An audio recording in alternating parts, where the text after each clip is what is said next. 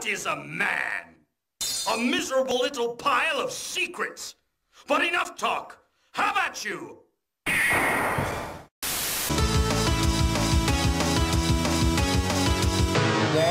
From your grave. Hey all, doing an audio only kind of thing this time around because I feel and look like crap. But you know what doesn't look like crap? Castlevania Bloodstained Ritual of the Night. You could call this game an homage to the Castlevania games, specifically the Symphony of the Night era. The ones that are the main influences of the Metroidvania genre. Besides Metroid. Though I don't know if calling it an homage applies here, as this game is developed by Castlevania creator and real-life cowboy Koji Igarashi. May not actually be a cowboy. After leaving Konami, wanting more creative freedom, he turned to Kickstarter with what he hoped would be his new series, Bloodstained. The Kickstarter was an overwhelming success, becoming one of the most successful games ever on the crowdfunding site, pulling in $5.5 million. Now, this game's not out yet, and at the time of making this video, we don't even have a release date. The Kickstarter did make a certain stretch goal, however. This stretch goal was that if it made a certain amount over what they were asking, they would also release an 8-bit style classic Castlevania type game. Bloodstained Curse of the Moon.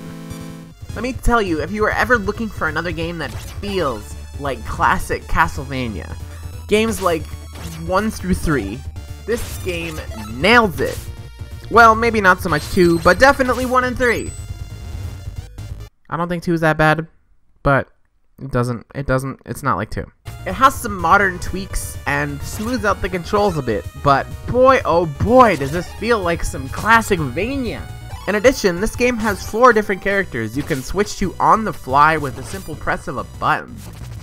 Each character has strengths and weaknesses, not to mention special abilities and different ways to traverse the terrain.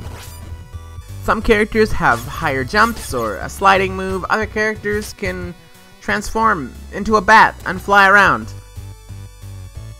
Every level has branching paths with multiple ways to get through them.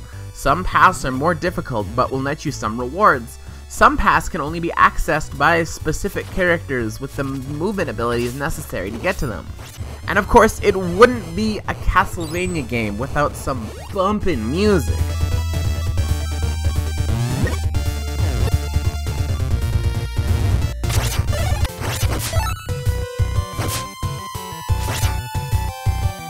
Pumpin', rockin' soundtrack Castlevania fans are accustomed to is definitely there with all its dark gothic feel. And let me tell you, I love beautiful sprite art, and this game has that. Some cool looking enemies, and all the bosses are especially awesome. I love the big ass dragon.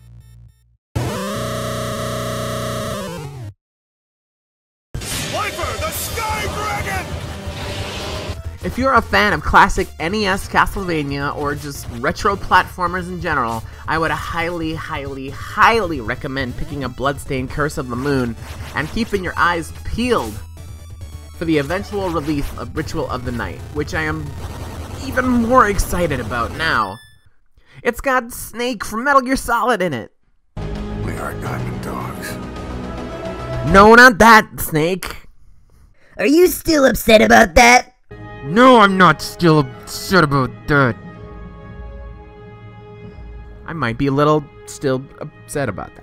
Anyway, Ritual of the Night looks amazing. Curse of the Moon is amazing. Definitely check out both of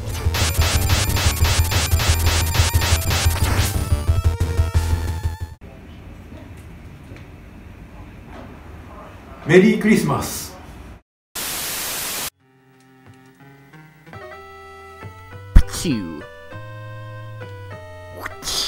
Rip sound effects. Now I'm just rambling at this point. Check out my Patreon for cool extra Radnat stuff.